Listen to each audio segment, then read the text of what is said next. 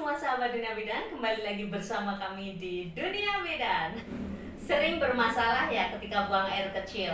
Jadi kalau sering bermasalah ketika buang air kecil, ada kemungkinan terjadi yang namanya infeksi saluran kemih. Biar gak penasaran, yuk kita kepoin tentang infeksi saluran kencing bersama Dunia Bidan. Infeksi saluran kemih adalah kondisi di mana organ yang termasuk di dalam sistem kemih itu mengalami infeksi, di mana organ-organ tersebut adalah mulai dari ginjal, ureter, kandung kencing atau kandung kemihnya, dan uretra. Berawal dari ginjal, jadi ginjal ini membuang dari sisa-sisa zat yang tidak diperlukan di dalam darah, dan akhirnya setelah dikeluarkan dari ginjal melalui ureter, dia dibawa ke kandung kencing, ditampung di dalam kandung kencing, yang selanjutnya ketika penuh, tubuh akan memberikan sinyal untuk dikeluarkan melalui uretra.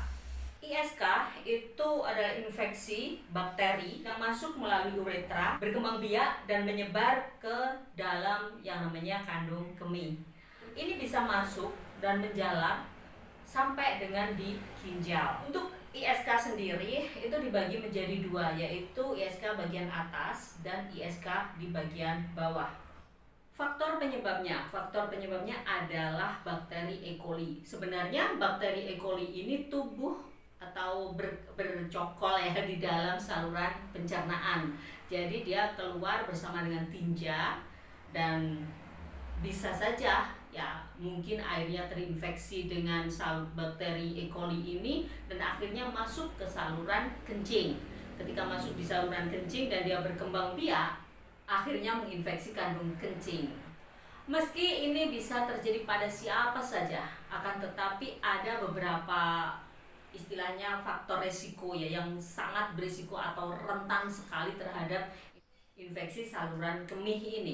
Jadi perempuan memiliki angka lebih tinggi daripada laki-laki karena memang uretranya pendek daripada laki-laki. Jadi lebih sering terjadi yang namanya infeksi pada saluran kemih. Orang-orang yang tidak menjaga kebersihan. Nah, karena memang tidak menjaga kebersihan, ini memang berpotensi sekali untuk bakteri E. coli bisa masuk ke saluran kemih. Jarang minum air putih, ini juga bisa menyebabkan terjadinya ISK. Sedang dalam kondisi hamil itu selain daya tahan tubuhnya turun, dan juga biasanya sering terjadi buang air kecil, sehingga daerah kewanitaan itu menjadi lembab, dan ini memunculkan atau berpotensi sekali untuk terjadinya infeksi saluran kemih. Selanjutnya adalah adanya kelainan pada saluran kemih mulai dari lahir. Jadi ini memang ada kelainan kongenital. Hubungan seksual secara teratur ya, hubungan seksual yang terlalu sering itu juga bisa menyebabkan infeksi saluran kemih ini, karena hubungan seksual ini bisa menyebabkan lecet-lecet juga. Yang berpotensi terkena infeksi saluran kemih itu diantaranya adalah juga orang-orang dengan daya tahan tubuh yang menurun. Diantaranya adalah orang yang diabetes, orang yang menjalani kemoterapi, itu bisa rentan terhadap infeksi saluran kemih. Selain itu juga orang-orang yang menggunakan kontrasepsi diafragma, karena memang kontrasepsi diafragma ini adalah kontrasepsinya dimasukkan ke dalam vagina, dan ini memberikan potensi untuk terjadinya infeksi saluran kemih. Wanita yang menopause itu juga mereka rentan terhadap infeksi saluran kemih. Selain itu penggunaan kateter dalam jangka panjang itu juga bisa menyebabkan infeksi saluran kemih.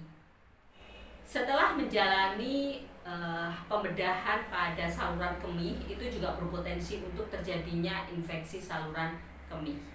Sekarang ada gejala dari infeksi saluran kemih. Untuk gejalanya adalah pertama, mungkin dia mengalami sulit ya orang tersebut mengalami sulit untuk menahan buang air kecil. Adanya rasa sakit sesaat pada saat buang air kecil. Sensasi rasa panas pada saat buang air kecil itu juga merupakan suatu tanda atau gejala dari ISK. Buang air kecil yang sering dan sedikit-sedikit itu juga merupakan suatu tanda gejala dari ISK.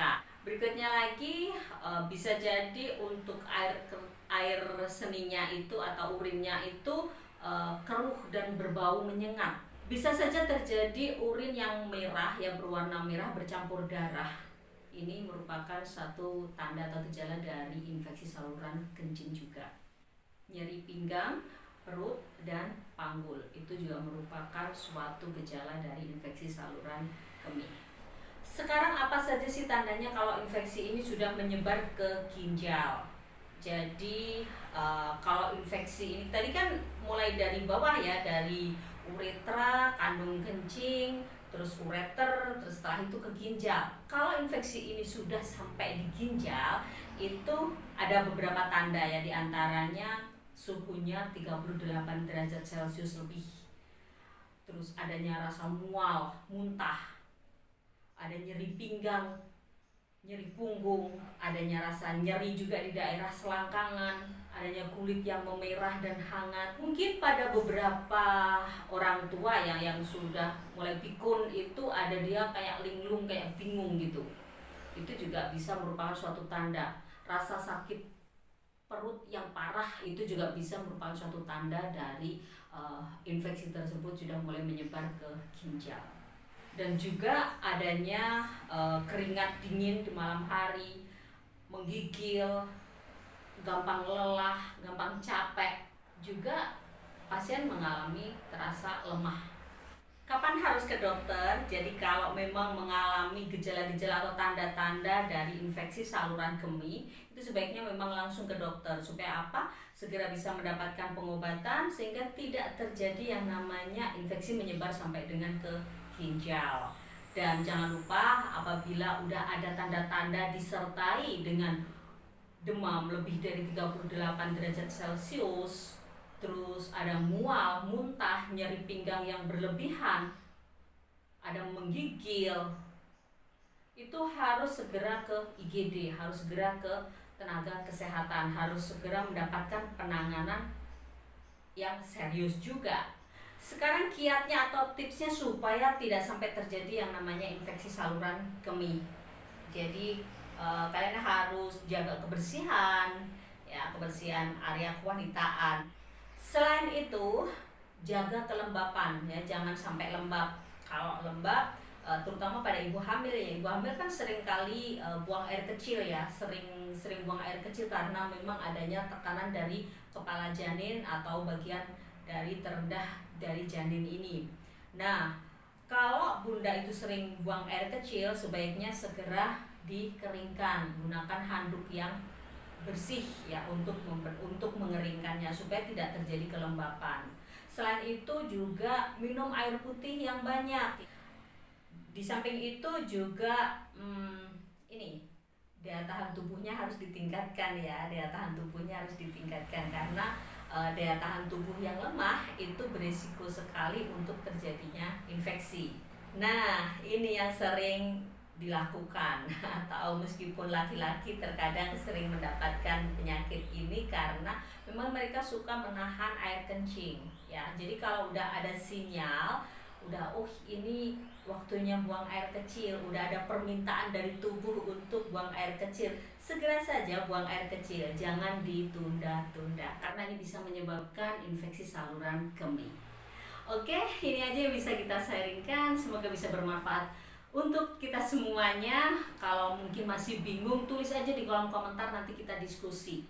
Kalau bunda merasa bermanfaat, silakan di-share pada teman, saudara yang membutuhkan ya. Atau mungkin juga bisa juga di-share di media sosial bunda. Oke, sekali lagi jangan lupa like, comment, and subscribe Dunia Bidan.